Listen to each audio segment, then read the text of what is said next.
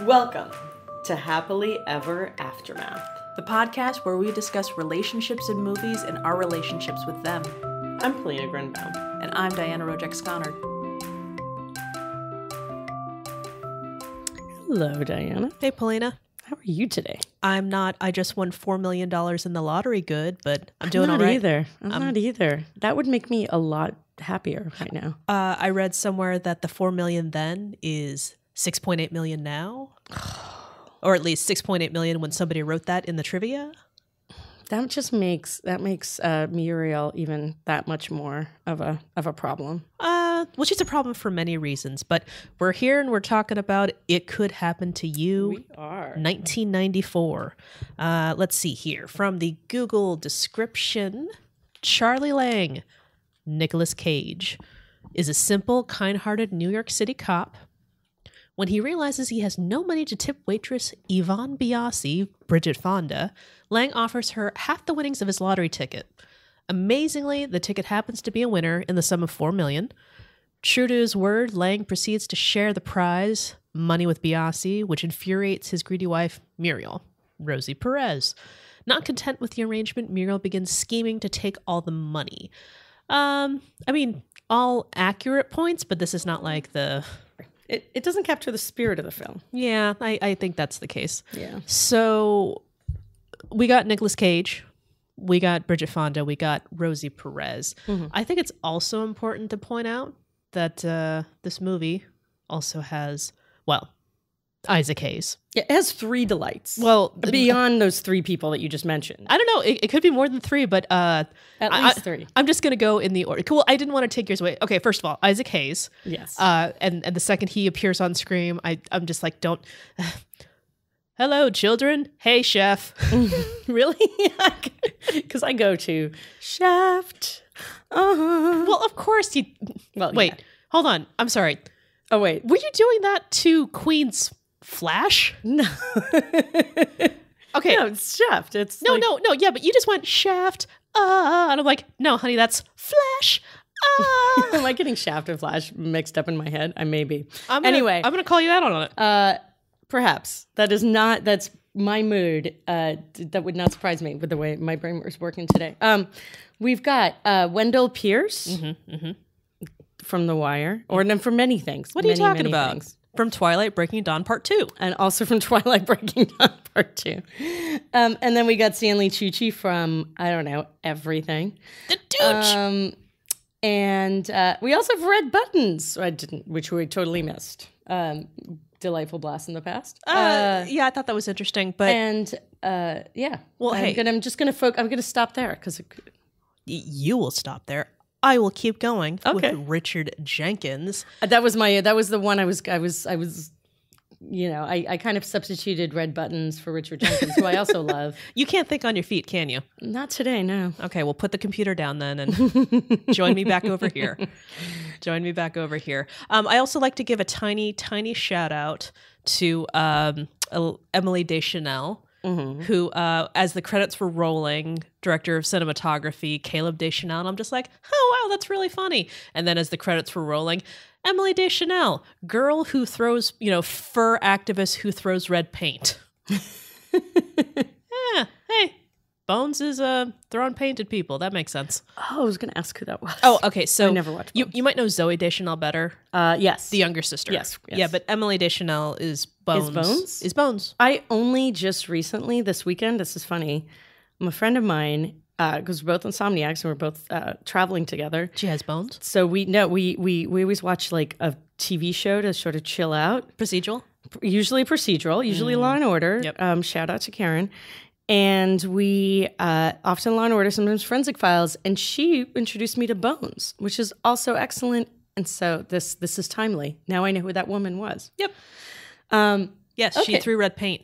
Fantastic. Yeah. So, well, considering talk to me about this movie. Well, considering that we're gushing about the Tooch and Chef. There was nothing more delightful when that was my favorite movie of the film. That was one of my favorite moments of the film. I'm like, oh my God, Tucci's here. Yeah, but he's so gross. Yeah. But dude, he's very lean. It was just delightful. I'm just always delighted by Well, I like it better when he's he was, him. He's not. It's not really. It's not his best. It's. Let's put it this way: if you were like gonna put his work in a time capsule, you wouldn't pick this one. You wouldn't. That's true. All right. So, what was your relationship to this movie? Why Eddie did you? Biasi players. I tried to do a flourish. So you've seen this movie before, is what I'm assuming. There's lots of various points that I have memorized. I've never seen this movie until this time. Really? Never once? Never. Not even once. Okay. Well, not even on a plane. This was not even on a train. So considering that Polina has never seen this movie before, this was my pick. And I'm trying to figure this out. As it was happening, I was looking up some of the information and I'm like, this is another PG movie. How did I do this? Answer, I don't know. I really don't. This does not have the stink of HBO Free Preview Weekend. No. Did I say stink? Though weirdly, I watched it on Skinamax. Why are you watching Skinamax? Because we were like the last people in the universe who have cable. Why is it not Cinemax? When I grew up, Cinemax was called Skinamax as a joke. I know the joke, but I'm just like, I can see that being a real thing, like how there kind of is a real ESPN. There probably should a real ESPN the Ocho by now. Yeah, that's true. They could have just split off into its own thing, but no, I just watch it on Cinemax. Okay, so you watched it on Cinemax. I watched it.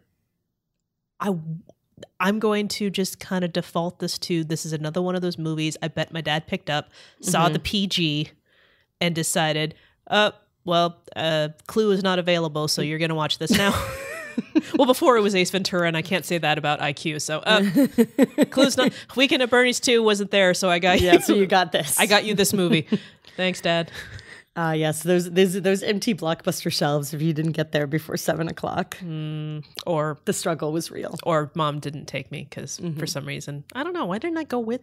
Man, I was Why lazy. didn't you go with your parents? I was lazy. No, not my parents would never. I never would have sent them to there alone.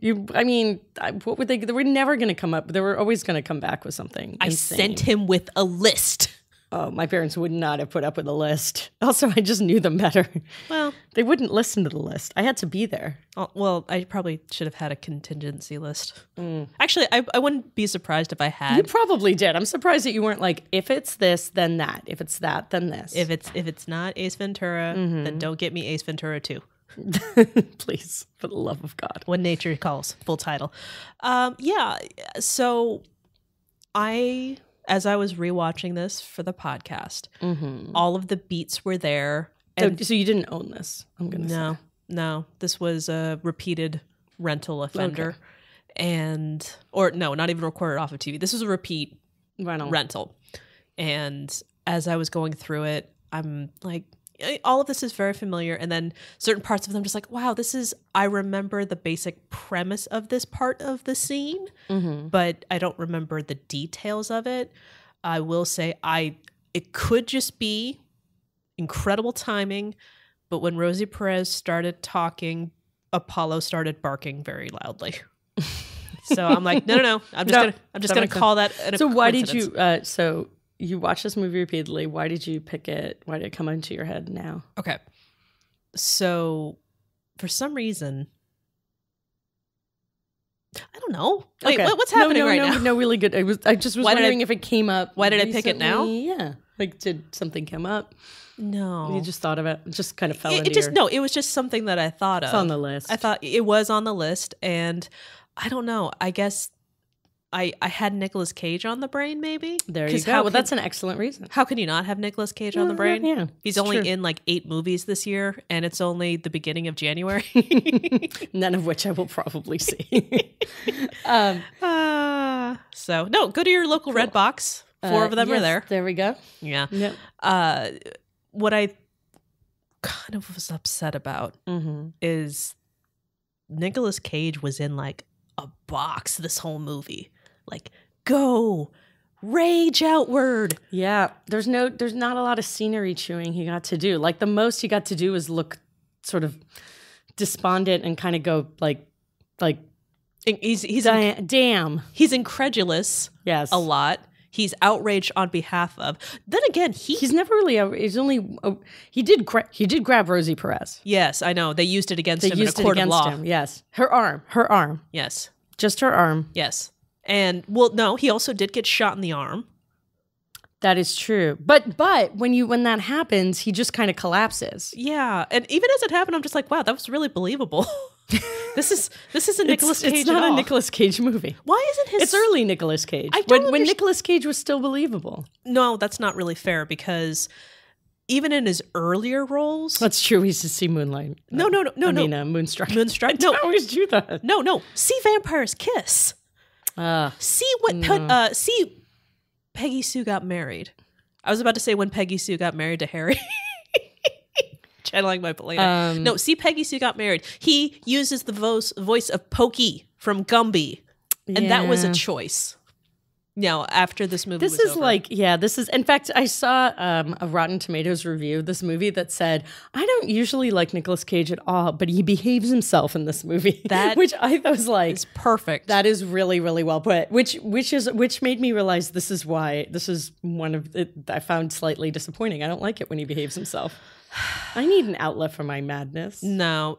Kick-Ass is on Amazon Prime right now if you want to watch him be a little bit more Cage-like. Oh, okay. So it's like a palate cleanser. I didn't have the chance to, but I would just recommend watching clips from Vampire's Kiss when he's doing the alphabet or when he's screaming, I'm a vampire. There's like an it is coming back to me. There is an extended cut of him screaming that on a loop on YouTube. So after you watch this movie, if you're sort of like, I need a more cagey Cage. I need more Cage. You go, that's what we recommend for you can't afford to buy the island to put your dinosaur skulls on. So you can just go on YouTube. Because you haven't won the lottery. So, okay. But I feel like Bridget Fonda, she's very I really enjoyed her in this movie. It made me realize that how much I miss her because she just like, well, yeah, but she kind of makes it work. Like there's a whole thing where you really feel like she's, like there's just all these moments where she really takes time. When she finds out that she actually won the lottery. There's this whole thing where she really takes the time to have a reaction. And you tell me that you're actually going to split it with me.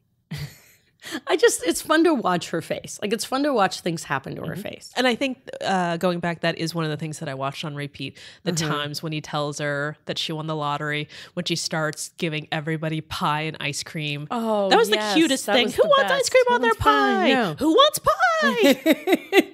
And it's really sweet that that's her first reaction. And her utter delight in doing that, feels very genuine. Well, her first reaction is, why are you doing this sick joke? Yes, exactly. Which is, you live in New York and that's the thing that you come up with. I'm like, no, you should be like kicking him he is an officer of the law. Yeah, so he's an officer of the law. So, and it's so funny because she was so rude to him the day before. And I'm like, yeah, I mean, she didn't laugh at his crappy jokes, but that's like standard fare now. I love that I was like, she wasn't, I mean, she did give him a really hard time. She did. And he was an officer of the law. I just want to say the whole time he's in uniform, so she knows this. Mm-hmm.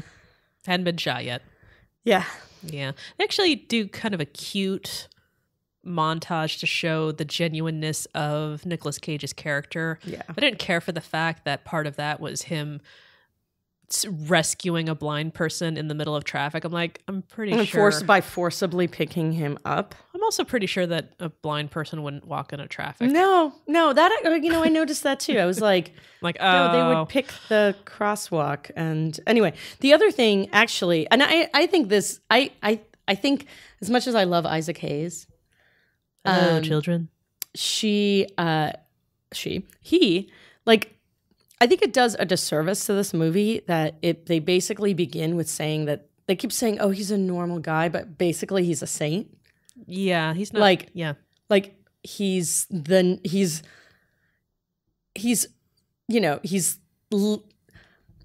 he loves helping out. He loves children. He loves old people. He's very smart. He's really resourceful. Like they paint this whole thing of he takes a bullet. He takes a bullet. I mean, that even comes later, but they basically they don't introduce her that much, but they introduce him with this basically this goodness montage. You know, like it's a montage of all like, and he's resourceful, which actually is picking up this, forcibly picking up this blind guy and moving him to the other side of the street. And just, I don't know. I think it sets it up in a weird way. Understood. I mean, it's very, very saccharine. Yeah. And to the point where it's kind of awkward in other parts. Yeah. Because they do a kindness montage, as you put it. And they were trying It was a goodness montage. Oh, sorry, a goodness montage. And they're trying to do it in a quick way with her showing her what kind of bad luck she's had. Yeah. And but not what kind of person she is, just the circumstances in which she has found herself. There is that, but also it didn't help when I wrote this down. There is a scene where he's talking. This is okay. So Rosie Perez's character is Nicolas Cage's wife, Muriel, and Charlie. And she immediately establishes herself as oh my God, he's like, doesn't have any ambition and he's not even on the take. And, you know, honey, I gotta move up. And, you know, I'm like, okay, we get it. The evil stereotype of greed. Like she's a harpy. She kind of gets sold as the harpy. I mean, she doesn't. This movie does. This movie sort of presents as that, but like, she's the harpy who wants more than the one bedroom in Queens. And I'm wondering how much is that one bedroom worth now? Right now, depending on the part of Queens. Yeah. And Isaac Hayes is a framing device. It is getting condo converted. Well, it will be later on in the post-lottery life. Yeah.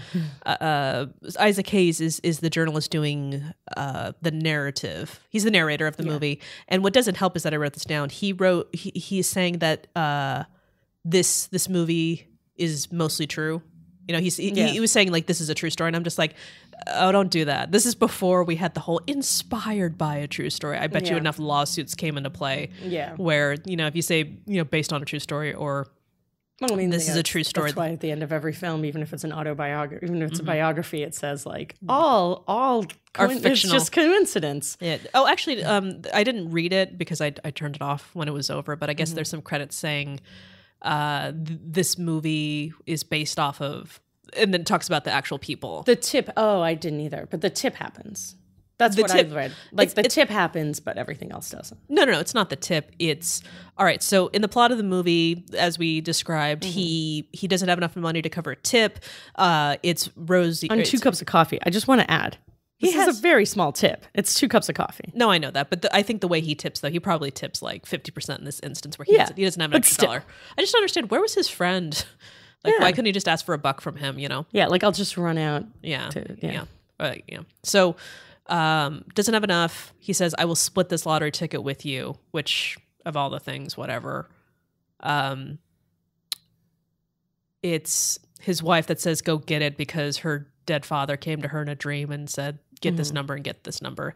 So the next day he comes and lets her know that, you know, they won. In the real story, it's apparently a cop who had been going to this diner for years, or this restaurant for years, was really good friends with the waitress there. He filled out half the numbers. She filled out the rest. And then so they went in together. And in the end, they did win. They did split it down the middle. But he is married to someone else, and she is married to someone else, both happily for years. Yeah. And that's the story. Yeah. But that's just an event. Yeah. You know, you have to have some sort of thing for it to be a movie. And if you actually think about it, if like, okay, the Rosie Perez character, obviously like incredibly greedy. It's kind of sold as being incredibly greedy. Yep. If you actually break it down, I mean, it's a lot of money, I do realize, but I get, it makes sense that you would be like, do you really need to give her like $2 million? Can you just like give her like $1 million and be like, I'm sure that is fine. Well, he even said there, you know, I could just say that we won $5,000. And again, giving somebody $2,500 is still kind of incredible. Yeah. I mean, she's bank, like that would get her out of her. And also there's this scene in the beginning, once again, painting her as the harpy, as is the word you used. He's soaking his feet while she's on the couch, and she's like, oh my God, that's so disgusting. And I'm like, okay, well, that's a little bit overreactive. But then he picks up the tray and moves it over and spills it on the carpet. Oh. I would have lost it by that point. I don't have to be angry Rosie Perez, but instead it's just like, ew, no, why would you lift it up? You know, it's just like, okay, she's not that evil. Okay, don't make everything I kept evil. actually waiting for the whole like divorce thing. I kept waiting, how are they going to get rid of this girl? Like, how are they going to get rid of Rosie Perez, who I also find delightful? I mean, everyone in this movie is delightful. Like, really, even if they're going for the loud, obnoxious, you found her delightful. I mean, she's just so much fun to watch. Like, she's so much fun to watch when she's just a nightmare. I will. And I love that whole scene where they're basically trying to figure out what's better, to be on the take or they're like, well, either they die or they're on the take. You know, it's like weird. You know, you want to be in the money, you marry an electrician. Yeah, the electrician's that where was it's the at. advice. No, okay, I will give you this. I do enjoy watching her with the shopping spree, but not the whole like when she's trashing Yvonne, but instead she's just like, oh, she's got no taste, you know, and he's just like defending her, and she's just like, oh my god, can we go outside? Can we go outside? And then the next one, now I'm happy. Yeah. 2 minutes later, more boxes. Now I'm happy. I'm like, I want to do that. Yeah. I want to do that. No, I mean, yeah, it would be awesome. Especially you're living in a city with like a huge, you know, living in New York City, there's a huge wealth disparity. I mean, we live in a city with a huge wealth disparity. Oh, you're making this real now. Yeah. It's that's the thing. Like, I was like, how are they going to get rid of her? And then she just tosses herself she up. basically is like, I just want a divorce, which you kind of could see coming. Like, she's been unhappy. And you know when they have well, how many marriages, when the recession happened, how the divorce rate plummeted. Because no one could afford to get divorced. And that's exactly what's happening with Bridget Fonda's character and her ex-husband. Exactly. The Tooch. The Tooch. Yeah, I know. It's so funny because he's like in a towel and he's supposed to be all gross and everything. I'm just like, wow, he's in really good shape. Really good shape. Good job, Stanley Tucci. I mean, you see why she fell in love with him. No, I don't. Oh, it's Stanley Tucci. Anyway. Well, Stanley Tucci's amazing. Eddie Biasi is disgusting. Yeah. But she probably, you know, she met him blinded by love. But you see why. I don't see why. We're not going to have this discussion. No, right. you have to remember. I have like the talent crushes. I mean, I kept thinking like, oh my god, from a legal standpoint, this is a nightmare because they haven't legally separated. At the very least, they need to legally separate. He racked up $12,000 in credit card debt in 1994. Oh, ouch! So that's not good. Yeah, and also the way she's a waitress. No. Like, it's not like it's going to be easy. She's a waitress at a coffee shop. Like, she's a waitress at a diner. It's not like she's going to be getting big checks that are going to make this up. Well, eventually she's going to get a $2 million tip. Yeah. She doesn't know that yet, though. Well, part of that shopping spree, I wrote this down. Again, the contrast between Muriel and Yvonne. Muriel's shopping spree, just a quick stop at Tiffany's and I'll be born again. And then you flip to Yvonne, who's grocery shopping. And gets macadamia nuts. Oh, of course. The tiny, tiny indulgences. I know. I'm right here with her. Oh, yeah, totally. I'm not that nice. I mean, it would be like overwhelming, but yeah, like I can finally just buy macadamia nuts. Yeah, exactly. Oh, I didn't get to what I was going at before, but we were talking about the goodness montage. Yep. I didn't like that they tried to shoehorn in her goodness by her being nice to a guy who has it, as Nicolas Cage called it. Oh, yeah. So there's somebody... And it was 1984. It wasn't like 1981. Like, I think at this point we knew what it was, and people I knew were dying. Right. And he says it, to his wife, she's a waitress. She does this. She treats a customer who has AIDS like it's her, like the nicest person in the world. And I'm just like, yeah, it's called customer service. Also, it's a human being, and she has a job in it's literally a job. She makes some coffee, and it was 1994. Like, we kind of all knew what was going on. Oh, I didn't. I was a little kid. Okay. I'm just saying. I was an adult then. I think when I was a little girl, I didn't know what it was. I don't think I knew what was happening. But I was too busy watching other parts to really know. Yeah. I mean, it makes sense. Like, it's a kid, sick person. Well, I got that. Well. But why would you be mean to a sick person? Well, because you can be, because, why would you? It's just odd. Anyway, but you're right. Like, I think her goodness montage leaves a bit to be desired. Because she didn't have one. Yeah, she didn't have enough goodness montage, so it wasn't even out. Montage didn't exist, is the point. Well, we had his goodness montage. No, well, you said her goodness montage wasn't good. I don't know. I wasn't listening. Anyway. So what was it? So what were the parts of this movie that you loved? Well, looking back on it, I enjoyed the part where he tells her that they won money and she gets all excited, starts giving people pie. And then the part where so he's still a police officer on the beat, and he's with his partner, played by the wonderful lawyer from Breaking Dawn Part 2, and one of the people on their beat, is it called their beat? I was going to say their route, but they're not paper boys. No, their beat. Yeah, at least that's how they refer to it. I'm no cop expert. Yeah, there's a grocery store where two of their where they get coffee all the time is getting robbed, but he goes in there, gets coffee, oh, where's your wife? She has the flu, and gives the coffee for free. And of course he's so intuitive. He's just like, our favorite pal is getting robbed right now. I don't think he was I think it was like, well, no, it's obvious. Like, they had to tell. Like, I loved that movie because I thought that guy was genius. Like, she's sick. You mean like, okay, something's wrong. Yeah, I need you to know that there's something wrong. Well, also, no one was moving. Yeah. Everyone was just kind of like waiting around certain parts of there. It's like, I think he's intuitive because nobody's moving. Yeah. Second, the whole he tells his partner, he's just like, he's getting robbed right now. He's like, first he says his wife is sick, and then he gives the coffee free, and once again, shit. Yeah. Shit. There's a lot of use of shit in this movie, which I think is interesting. That's for a PG. What? What? You were saying you were younger, so is it like an introduction to? No, watching it now. I was just joking. No, I didn't know those words back then. So what? Yeah. So you. So those things, was it when they actually kind of got together? How was that? Like when you watched That's what's really weird is that I would watch that part, and then he'd be retired, and then he would be bored, and then him and Muriel would have like bickering things. I'm like, no, I wouldn't really watch that either. Yeah.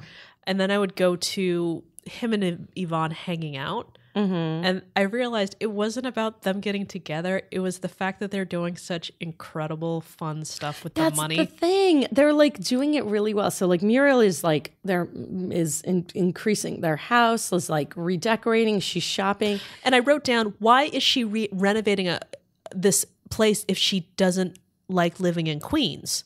And the answer is apparently it will. Yeah, it's going to go condo. It's going to go condo, and then they're going to sell it and then move to Jersey so they can pay fewer taxes.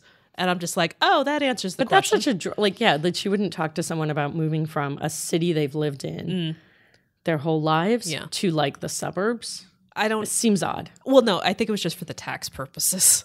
Yeah, but just like there's just more space in New Jersey, right? Well, yes, but I'm like, what is she doing? She seems like very financially savvy, but at the same time, kind of an idiot. At the same time, yeah, exactly. I'm just like, yeah, we're gonna do this. We're gonna. Well, they're kind of it's shorthand for the things that you think about. I think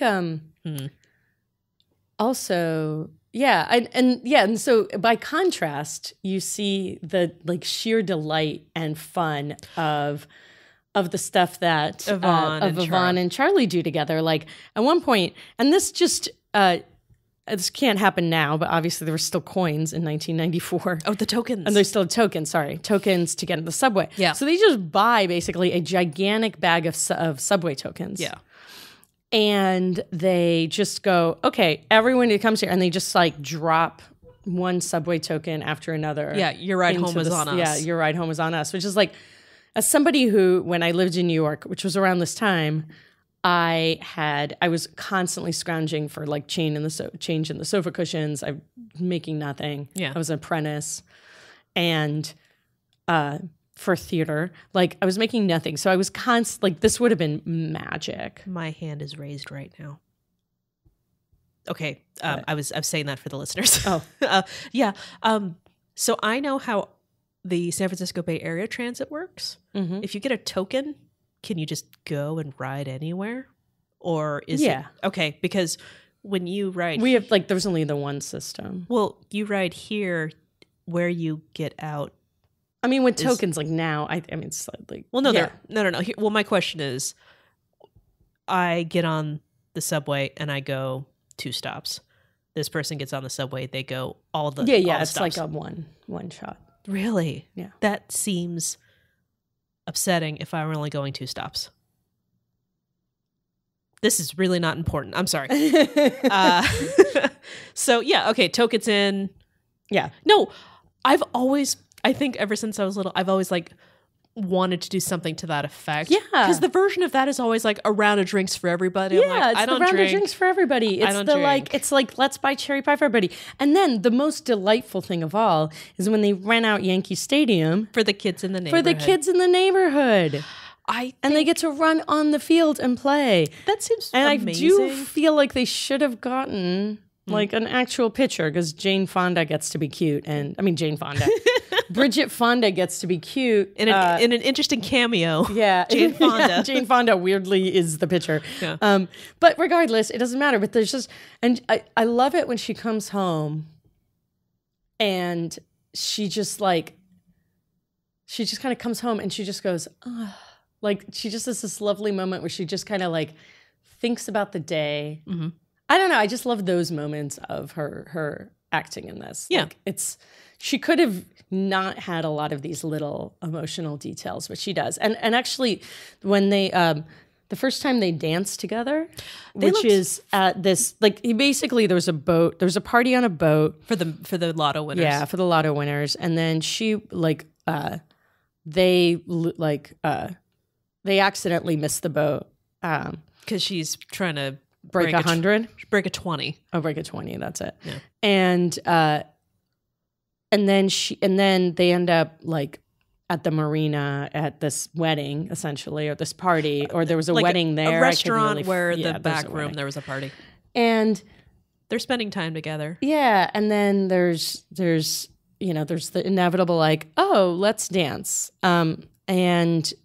And the way that they have it, it's not like they just do the whole thing where they're staring into each other's eyes. Mm-hmm. It's that they're trying not to, like, you keep seeing their faces and they keep trying not to look at each other. But they kind of keep kind of melting about it. And then they don't want to look at each other and acknowledge it. Yeah. And it's so like lovely and genuine and sweet. Really? And I really liked that. Well, I wrote down that they looked uncomfortable dancing. And I think it's because there is this level of discomfort because they were just talking about his marriage in a way kind of falling apart. That's the thing. It's like, wait, we can't be in like that. I don't know. I got that they felt something for each other, but then they couldn't. They needed to discuss the Rosie Perez who wasn't in the room. Yeah. And so it was like them having feelings for each other would probably feel really uncomfortable. Yeah. And yeah, of course. So especially that's why I took that. Especially since he's such a nice guy. I mean, they're not like just looking into each other's eyes. They're like, oh, this is real. This is nice, but this is at the same time but like inappropriate. Yeah, this is not that it's inappropriate for me to, like her, but Yeah. But he's clearly uncomfortable because he doesn't even want to go and visit her at the, when he's on leave after getting shot. So, and then sure enough, because it needs to be turning dramatic, Muriel asks for a divorce, throws all of his clothes out. They actually... she asks for a divorce, and then basically... He goes to the plaza. Yeah. Because one of the kids suggests it. Go treat yourself. I'm like, hey, Holiday Inns are okay. And then she also goes to the plaza. Yeah, exactly. Because of the Tucci showing up in her room, showing up in the apartment. And basically staking there until she gives him $50,000 to start up the Eddie Biasi Players. Exactly. So flourish. And so, what I did last night after the movie was over is I went on to the Plaza website just to see how much a room is, just showing up in the evening to see if they had any rooms and how much it would cost. Well, they were sold out, but but the day after, it is $595 a night. Yeah. No. Yeah. Tell me where that Holiday Inn is. Well, and so basically he's like, okay, I need, I just found out about divorce. Like, he's like, this is ridiculous. Like, I'm so depressed. Sitting in a Holiday Inn Express is going to be pretty depressing. Well, and so this whole idea of like they basically come up with the same idea at the same time, and then they end up and then they were basically fed the idea. Yeah, they're fed by others. Yes. You're right. Yeah. Because Eddie's jokingly like, "Where are you going to go to the plaza?" Yeah. And she's like, I am going to go to the plaza. And then the little kid suggests the plaza, and he's like, yeah, maybe I just need to maybe I just need something, that you can do something nice for myself. Because it's really the first time you see him doing anything with his money for himself. And her other than buying the macadamia nuts, you know. Well, she did buy the coffee shop for herself. That is very true. But that's more of like a long-term thing. Yeah, that's like a financial thing. And kind of smart, because she came to be an actress and didn't try to use this as a catapult, but instead she's just like, no, I'm a good waitress. Because I think the other thing we haven't really mentioned is the media. Mm-hmm. Oh, the plays attention this like crazy. Kind of this role in this movie. Well, it's the New York Post. Yeah, the New York Post specifically, but just like the cop and the waitress. Yeah, like you just keep seeing this. You keep seeing, like basically.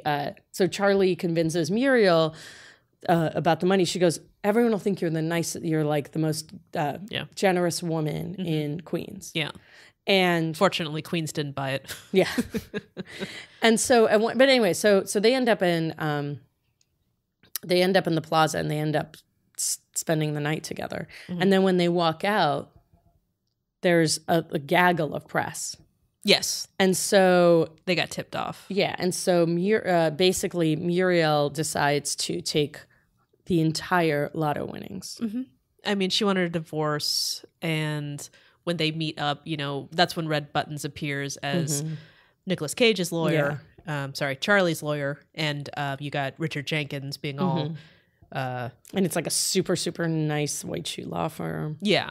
Wait, what law firm? Like a very, very nice law firm. Oh, like okay. A big, like corporate. It's like a big partnership. Yeah, like really nice offices. Yeah, and she decides they said we're going to take it all. Yeah. And he's like, no, including her half. No. First it was, we're going for all of it. And he says, no, fine, take it. His lawyer is incredulous, is the word I came up with. And so the next step was, no, we're taking the part you gave away. And that's when he steps in and says, how can you do this? And you can't do that. So, but really quick. Yeah. The plaza scene is not one that I watched very often. Yeah. Again, when the drama got started, I skipped past it. I'm just like, no, give away all the money, have fun at the park. And I just kept skipping it because I didn't really care for it all that much. But it's something I did enjoy that I thought younger me would have enjoyed as well on a bigger level is when it turns out they have adjoining rooms and they open it up and he's like, there's some fruit in here. Do you want some? Oh, you probably have some in your room as well. Oh my God, I loved how awkward those seats were. I really did. And then he did that. And then he goes like, and she's like, there's really nice robes. He's like, really? They're just... they're so delighted, like, now that they've done it, that they, like... The amenities available. Yeah, it's a it's the plaza. I am that person that maybe grabbing, like... If a hotel offers, like, toothpaste, first of all, that's awesome. Oh, that is awesome. Because shampoo and conditioner, that's one... okay. Like soap, that's one thing. Toothpaste, that's like, hey... That's pretty amazing. Yeah. The really nice shampoo and conditioner. Yeah. I love that. Yeah, but it's also like private brand. Like you can tell it's a spa thing, but it's a spa thing that's not commercially available. So like you can't get it in a salon. I worked in a salon, never mind. Yes, I'm sure this is beautiful. Well, like the Ritz-Carlton has their own scent, basically. So all of their... Is it like how Tiffany has its own color? Yeah, but it's like they have they have like their when you go there, you've like told they me have, about this before. It's really nice. Anyway, you've mentioned this before. But yeah, these kind of nice things. Of course, it's like the fresh flowers in the room. Yeah, fresh flowers in the room, which I have not been to like a hotel that has fresh flowers in the room. I think ever. That's so freaking expensive. That'd be crazy. I've never been to a hotel that has fresh flowers in the room. No, you've been to a hotel where it has its own scent. Nice. Yeah, to be fair, my father was staying there on a corporate account, so that's how you do it. That's how you do That's it. how There was not fresh flowers in the room, though. No, I learned from my dad early. You volunteer for things, and then they send you on continuing education trips. Oh. Yeah, I learned that weird lesson. That's a good one. It was pretty good. Yeah. Conferences are the yeah. It's the way you tech get equipment. Yeah. Okay, so here we are. Yeah. Oh, should we rush to the end? Yeah. Well, she has to declare her love for him in court. In court. And they so use that uncomfortable. against them. And you can see evil wins out, and the jury rules in favor of Muriel because she paints him as he beat me. And I mean, to be fair, Rosie Perez asked for a divorce. Yep. That night, he goes and sleeps with another woman. What are we being fair about? I mean, if this wasn't like Muriel is the terrible person, like, you know, a respectful period of 24 hours mourning. No, I can't tell if you're serious or not. Oh, I'm totally serious. Oh, so you think that... I mean, I don't think she was being fair, obviously, by taking her money away. Too. Okay. But you I think just think like... You think that he should have waited longer? You know, then it wouldn't really be a good movie. But yeah, I'm just as human beings, it's a little weird. You see why, like, this is one of those things. They're painting Rosie Perez to be like irrationally ridiculous, and she is ridiculous. But it's not all irrational. Oh, yeah. Well, I think that what they were trying to... I love this. I think this PG movie was trying to paint that she ended the relationship, therefore he was available to... I guess technically, but it's like, I don't know, like, it doesn't matter. This might be my cynicalness, but growing up in a no-fault state... Yeah, that's a good point. It's irrelevant, you know, about any of that, like any emotion painted. I think you're right. And New York is not a no-fault state. So. Really? Yes. Oh, crap. That changes the ball game. Yes. No pun No, intended. it's really, I guess that's what I'm basing mine on. Like, now I am married in a no-fault state, which is nice. But New York is not a no-fault state. Look out, Sean. She's read the...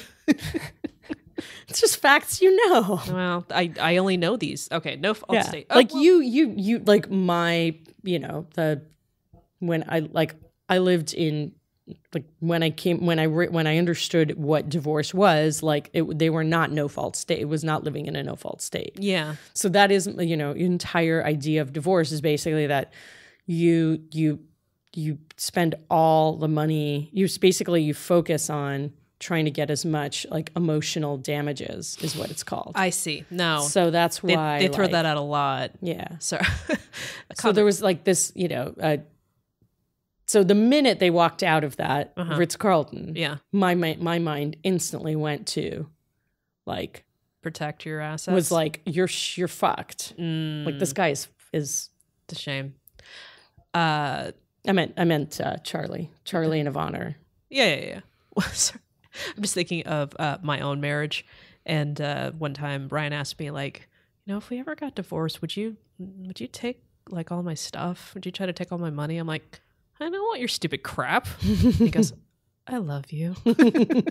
Yeah, ours is a little more complicated, but wow, yeah. What? I don't want his stupid crap. That's love. I don't want the stuff. So yeah, I mean, it's kind of, so they're kind of both messed up, but I will say, so anyway, so it takes it, and then, but in the end, it's got a cute, heartwarming ending. I'll let people deal with it, you know? Yeah. It ends well. Well, of course, it's a PG movie about, based on a true story. What could possibly go wrong? Let's put it this way. Their goodness is their goodness gets rewarded. Right. So we'll go with that. Yeah. All right. So yes, what do you think about when did they fall in love? I pinpointed it because a lot of it was very good-natured, but so funny. You pointing out the whole, like, dude, he slept with somebody right after his wife just threw him out. I'm like, when you put it that way, like any other set of circumstances. I mean, they've sort of drawn this, right? That they're already in love. He's so sweet. You know, I'm not giving him a pass, but at the same time, his marriage was over. And technically, she's still married. So does that make her a horrible person too? I don't know. Well, she's separated. Well, legally? Well, I mean, but, like, they start out telling you that she's separated. I know that, but technically he's separated too. But his thing was more along the lines of, get out, I want a divorce. Yeah. There's this scene where they come out of the plaza after spending the night together, and they're walking out, and they're just in this bubble of happiness. And the second they walk out and they see the media, immediately they swarm around them. And you actually see him turn his entire body towards her. And like protect her. I know exactly what you're talking about. And it's such a beautiful moment. It's going from the fact that we are in this bubble together to, oh my God, the world is now shattering around us, but they're now in this other bubble of protection. It was there for both of them. Oh. Because they just went from happiness, contentment to sheer, not terror, not fear, but just not panic, but just now the world is coming after us for some reason we don't understand. And we need to and we're still and this is now together. We can get through this together. I am I'm gonna go with she starts falling in love with him in that dance sequence that I talked about earlier. Okay. Because suddenly they realize like they have so much to talk about. Mm-hmm. It's like this night, the first time they've ever really talked. And I think they start really realizing like this is a member of my tribe. Like they recognize each other. Mm. And I think that what seals the deal is when they start doing all those fun things together. Oh, yeah. Rollerblading. I mean, but he's just so, like, he just wants to spend time with her. Yeah. And even before the rollerblade, but I think, and even... and also she wants to spend time with him. And Bo Williams, like he, who's his partner played by Wendell Pierce, like when they do the thing for the kids in Yankee Stadium, he sees it. Like the way they talk, the way that they touch each other. Mm-hmm. And then when she comes back from that, she sort of like swoons into her apartment. Mm-hmm. So I think that they've fallen in love way before. I think it's that dance where she suddenly realizes, like, oh man, yeah. And again, it's she wants to spend time with him, and he was even saying to Mariel, like, when was the last time you came home and asked me how your day was? 5 years ago. Yeah, that's the thing you don't like. Yeah, and 5 years ago. And her version of that is, who cares? Who cares? I'm like, oh, whoa, I know. That's like a crazy answer. That's like it's like in the marriage. That's almost like the worst thing she does in that movie. In this movie, I mean, she does horrible things, and her character in the end, like. She marries some guy who's trying to help her with her finances, her investments, and he drains her bank account and leaves. Yep. So that's what happens. So to people who suck, yeah. Based on a true story. In this kind of movie, based on a true story. Yeah. So what do you think happens with these two crazy kids? So kind of like with IQ. And very similarly to The Wedding Singer, there's so much sweetness to these characters, despite their flaws, despite their, I would say, blindness to the fact that, they're doing good things, but, no one can be good all the time. And it turns out these two aren't good all the time. It's just like in these kind of very subtle things. So we shouldn't be casting them up into this like high and mighty. I mean, the movie does. I think the movie makes them perfect. And I'm just like... No, they're not. Yeah. I mean, I could actually say that he himself is kind of turning his back on his own wife. Not because she's turning it back on him, but he's just like, I need to find my fulfillment elsewhere. I'm going to like spend this money. I'm like, okay. Yeah, like they clearly, they're... A marriage does disintegrate because of two people. Yes, totally. Well, they're not rowing in the same direction. Yeah. And that's something at least. And they clearly haven't been happy for a long time. Yeah. All of that being said, I am rooting hard for this couple.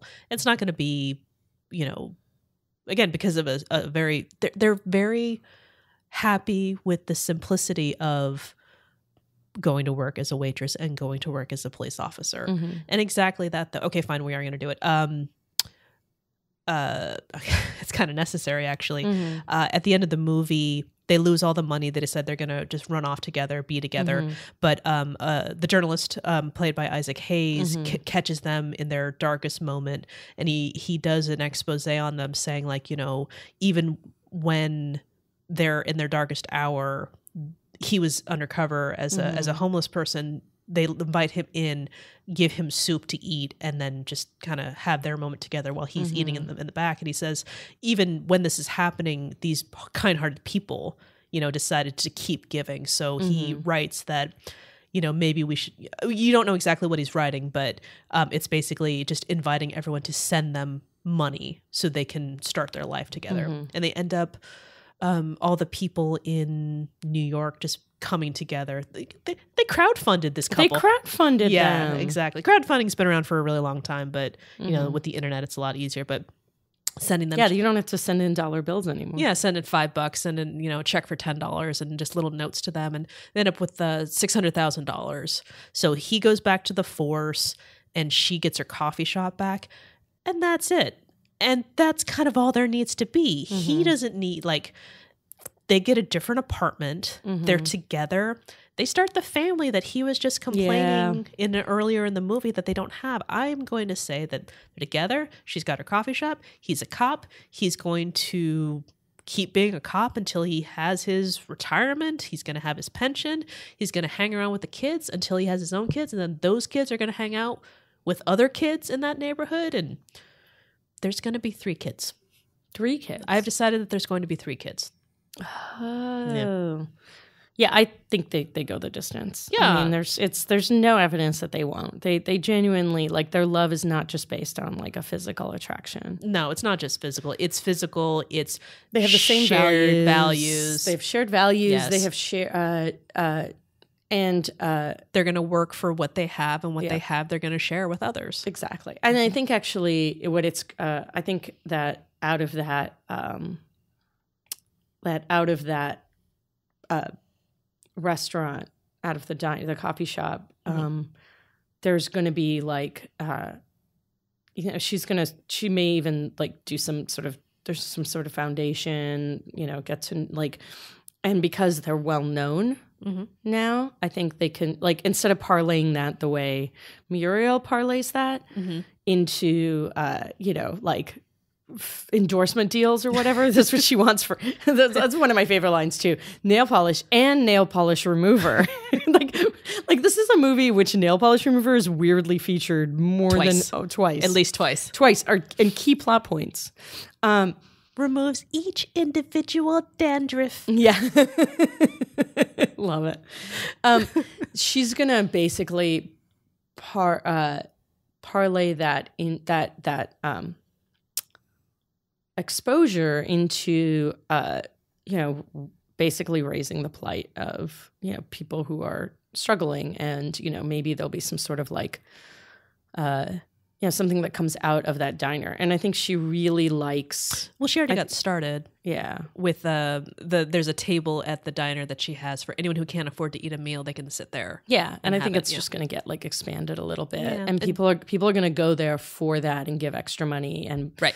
And and I think I don't think it's she's not going to start running it's not going to become the United Way or anything. I think she's going to try to keep it being really human. Yeah, and at the people least, that she hires, a jar at the the people that she hires, and I think I think there's going to be I think she's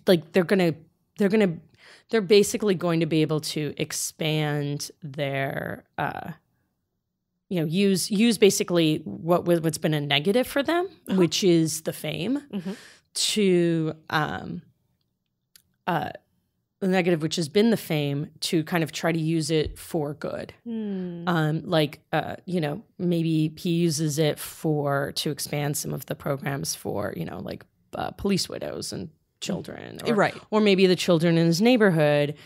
I need to expand. Go ahead. Yeah, he's going to have the for recreation programs for the kids, or to use it to create a baseball diamond or kickball field. I don't know, whatever. Yeah. Stickball. Sorry, it's Queens. It's Queens. No one plays kickball. They play stickball. I was actually thinking I was going to throw a couple of pieces, and they're he's going to be like a soccer coach, and I'm like, well, wait, no, they're playing stickball. They're playing stickball. Yeah, I'm not that you can, but baseball, maybe even a baseball field. So they don't have to play in the street. And this is where I am. Community center. Yeah, I take it back. They're going to have 2 kids. I'm going to go with 2 kids. They're going to have 2 kids, 2 of their own, but they're also going to take in one kid who's in the neighborhood where something, unfortunate happens to their family, so they need to take in somebody. So that's they're going to add to it. They're going to add to the family thing. Yeah, because point. that's what they do. Oh, so yeah, I they're gonna go the distance. These two crazy kids. These two kids. I mean, assuming Nicolas Cage doesn't explode in a classic Nicolas Cage fashion, loses an arm in the line of duty entirely, and starts screaming about how he lost his hand, and then he starts screaming all of these various things. He starts working in a bakery. He starts working in a bakery. Yeah, and is worried that he's becoming a vampire. Yeah, I think they're going to go the distance. And suddenly gets called up to save the world. I think they're going to be fine. I think if those things don't happen, maybe doesn't that happen to Nicolas Cage in some movie where he's where he does what now? I don't know. Superman? Anyway, he was Superman. He was Superman. Yeah, there we go. See, save the world. But yeah, so that's kind of all I got in this movie. He was also a Spider-Man too, just this year. Oh, really? Yeah, last year, actually. I'm sorry. Excuse me. Last year. Oh, all right. Well, yeah. Way to go, Nicolas Cage. There you go. So that was that movie. Yeah, it was. Goodbye, children. Oh, actually, I need to add one more tiny thing to their ending. The part at the end where they go up in an air balloon. Is that right? Hot air balloon. No, cold air balloon. Where they go up into a hot air balloon. Those were really big in 1994. No one remembers. They drop a bunch of paper hearts down as they're taking off. They're going to get a citation for that. I've decided they're getting a citation for that. And they should. That's just not good for the environment. Adorable, but not good for the environment. They're littering like crazy. Yeah, that's a nightmare. I mean, when you first get one of those hearts, it's delightful, but think of how they're going to clog all the drains. It's just birds are going to eat them. Well, actually, birds would use them for their nests. But regardless, it's just terrible. You know better. I don't actually. Charlie I'm sure there's some reason. And Yvonne. They know better. They know better. All right. Well, there it is. But they're in love. Yeah, doesn't matter. All right. EPA. All right, there it is. It can happen to you. It can. That's another But it one. hasn't yet. Maybe today. Come on, $6.8 million adjusted for inflation. Okay, so that takes care of that movie. Exciting moment. Mm-hmm. Here it comes. Okay. We're going. Are you ready? We're going on another Cusack run. Cusack run. We did it. No, we didn't. We're going to do it. Yeah, we haven't done it yet. We're going to do it. In the future. Next time. Unless we win $4 million. Well, actually, I'd still do the podcast. No, if I got $4 million, I'd still do the podcast. I might move us to once a week. Yeah. Oh. Well, you're the one who would have in this scenario, you have the $4 million. You know what? I still have to work. We're looking at this all wrong. We're not going to win $4 million. But the crowd out there is going to send us $600,000. Oh, that would be awesome. Yes. So then we can throw a bunch of paper hearts out into the street. Oh, can we not do that? Okay, that's all fine. Very upsetting. All right, we really just keep thinking of the drains. We have missed the point entirely. No more Nicolas Cage. Going on a Cusack run. We're back to John Cusack, and we're going to get started with America's Sweethearts. All right, I'm looking forward to it. 2001. So it's your movie again. Yes, I've stolen. That's okay. It's a Cusack run. You let me. I did. You said I did. Well, my movie wasn't available, so weirdly. Not yet. We'll find it. I keep picking things that are about to leave, some streaming media platform. Well, that's what you get planning for having such esoteric taste. Supposedly, though these days, even if you don't have esoteric taste, you. All right, so that's everything goes. That's what we're doing next. So we would greatly appreciate it if you followed us on Twitter at HEAMCast. HEAMCAST. And that's going to be our call to action to you this time around. So we'd really appreciate it. Please. Yeah. Please. Wow, that got really squeaky. Mm-hmm. I was testing something out. Okay, so that's it for us. We hope to hear from you soon on Twitter, please. Yes. All right, and that's it. Or anyway. Yeah. All right. See you soon. See you next time for America's Sweethearts. Okay. Bye-bye. Bye.